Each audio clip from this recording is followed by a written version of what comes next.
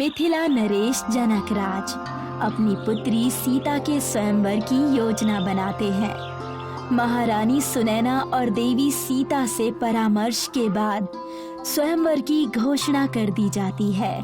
सीता स्वयंवर का शुभ समाचार सुनकर देश विदेश, राजे महाराजे, युवराज और राजकुमार मिथिला आने लगते हैं। लंकापति रावण भी इस स्वयंवर में सम्मिलित होता है। मिथिला में लंकापति रावण का स्वागत है।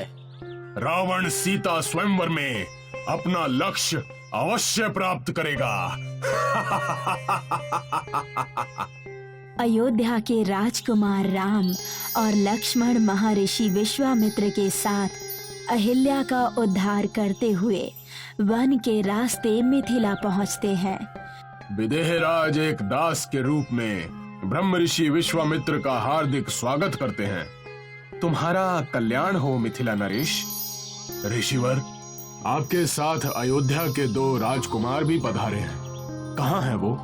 महाराज, अयोध्या के दोनों राजकुमार राम और लक्ष्मण प्रातः पूजा के लिए फूल लेने गए हैं। मेरी सीता भी गौरी पूजन के लिए पुष्प वाटिका गई है। विदेहराज, ये शुभ मिलन का शुभ संकेत है। मेरा आशीर्वाद है, सीता स्वयंवर सफल होगा। राम और लक्ष्मण पुष्प वाटिका से पूजा के लिए फूल तोड़ रहे हैं। पुष्प वाटिका सुंदर, आकर्षित और मनमोहक है। लक्ष्मण, मुझे तो इस वाटिका में साकेत लोक की छवि दिखाई देती है। गुरु विश्वामित्र इन पुष्पों को देखकर अवश्य प्रसन्न होंगे। राम और लक्ष्मण पुष्प वाटिका से पुष्प तोड़ने में मग्न है। तभी देवी सीता की सखी वहां से निकलती है।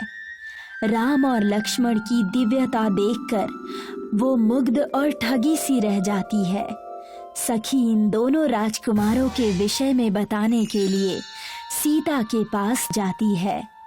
राजकुमारी जी। सखी, लतिका पुष्प वाटिका में ऐसा क्या देख लिया जिससे तुम बौरा गई हो? मैंने जिन्हें देखा है, यदि आप उन्हें देखेंगी तो आप भी अपना चित्त खो बैठेंगी। वाटिका में कोई सुंदर पक्षी आया है क्या? नहीं, अयोध्या के 2 राजकुमार आए हैं, राम और लक्ष्मण। वो इतने सुंदर हैं कि उनकी सुंदरता का बखान हो ही नहीं सकता। आप इनकी बातों पर विश्वास मत कीजिए, स्वयं जाकर देखिए।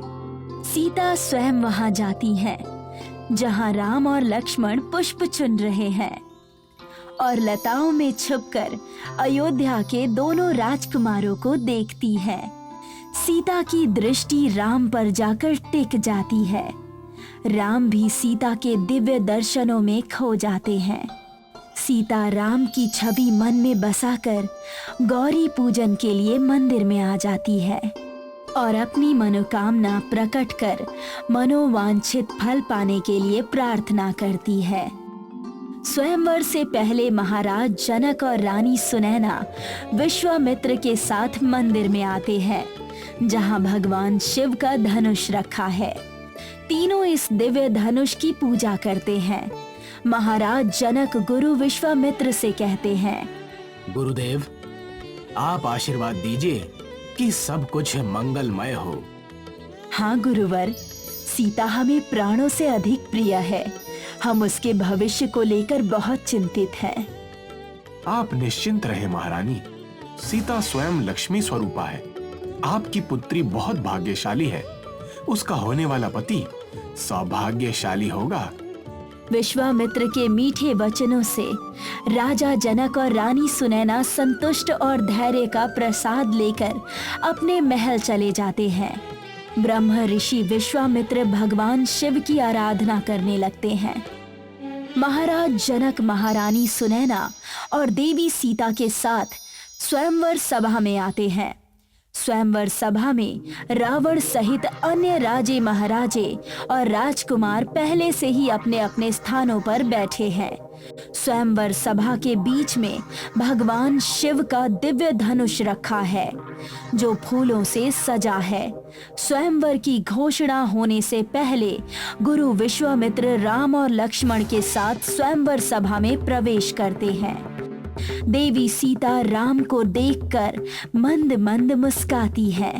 गुरु विश्वामित्र राम और लक्ष्मण के साथ अपने आसन पर विराजमान होते हैं। विदेह राज जनक स्वयंवर सभा में उपस्थित सभी अतिथियों का हार्दिक स्वागत करता है। सीता स्वयंवर का प्रण आप सब जानते हैं कि इस स्वयंवर सभा में जो वीर शिव धनुष पर प्रत्यंचा चढ़ाने में सफल होगा, मेरी पुत्री सीता उसे ही वरमाला पहनाएगी। मेरे प्रण से यदि आप सब सहमत हैं, तो स्वयंवर का शुभ आरंभ किया जाए। स्वयंवर सभा में आए सभी राजे महाराजे अति उत्साहित होकर स्वयंवर में भाग लेने को आतुर होते हैं। स्वयंवर आरंभ होता है। एक एक करके सभी राजे महाराजे और राजकुमार शिव धनुष पर प्रत्यंचा चढ़ाने का प्रयास करते हैं, परंतु सफल नहीं होते। अंत में लंकापति रावण के नाम की घोषणा होती है। महाराज अधिराज लंकापति रावण सीता स्वयंवर में अपनी शक्ति का प्रदर्शन करने आ रहे हैं। रावण अपने अहंकार का प्रदर्शन करते हुए अपने आसन से उठता है और शिव धनुष को प्रणाम कर उस पर प्रत्यंचा चढ़ाने का प्रयास करता है और प्रयास विफल होता है। स्वयंवर सभा में रावण का उपहास होता है, जिससे रावण चिढ़कर शिव धनुष पर पुनः प्रत्यंचा चढ़ाने की चेष्टा करता है। अंत में रावण को भी निराश होकर लौटना पड़ता है। स्वयंवर सभा में सन्नाटा छा जाता है। देवी सीता राम की तरफ देखकर चिंतित होती है और विश्वामित्र राम और सीता को देखकर गूढ़ मुस्कुराते हैं। सीता स्वयंवर का संकल्प कोई पूरा नहीं कर सका। ऐसा लगता है जैसे धरती शूरवीरों से खाली हो गई है। कदाचित मुझे सीता स्वयंवर का प्रण बदलना होगा। महाराज जनक की निराशा देखकर गुरु विश्वामित्र राम से कहते हैं, राम, शिव तो तुम्हारे आराध्य हैं। जाओ, उनके धनुष को प्रणाम करो और सीता स्वयंवर का संकल्प पूरा करो। राम विश्वामित्र और जनक को प्रणाम करके शिव धनुष के पास आते हैं। श्रद्धा से प्रणाम कर प्रत्यंचा चढ़ाने के लिए शिव धनुष उठाते हैं और प्रत्यंचा चढ़ाते हुए शिव धनुष भंग हो जाता है। इस प्रकार सीता स्वयंवर की शर्त अर्थात संकल्प पूरा हो जाता है। स्वयंवर सभा में बैठे राजे महाराजे और रावण लज्जित होते हैं। महाराज जनक और महारानी सुनैना राम की वीरता पर गौरवान्वित होती हैं। देवी सीता प्रसन्न होती हैं। लक्ष्मण हर्ष से फूले नहीं समाते और विश्वामित्र राम को आशीर्वाद देते हैं। महाराज जनक, राम ने सीता स्वयंवर का संकल्प पूरा कर दिया है। कृपया आप सीता को आज्ञा दें कि वो राम को वरमाला पहनाएं। जो आज्ञा गुरुदेव। पुत्री सीता, राम को वरमाला पहनाकर सीता स्वयंवर का पटाक्षेप करो।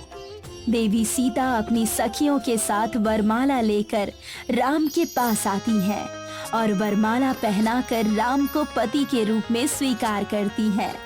राजा जनक, रानी सुनैना, लक्ष्मण और विश्वामित्र सहित उनका स्वागत करते हैं और शुभकामनाएं देते हैं।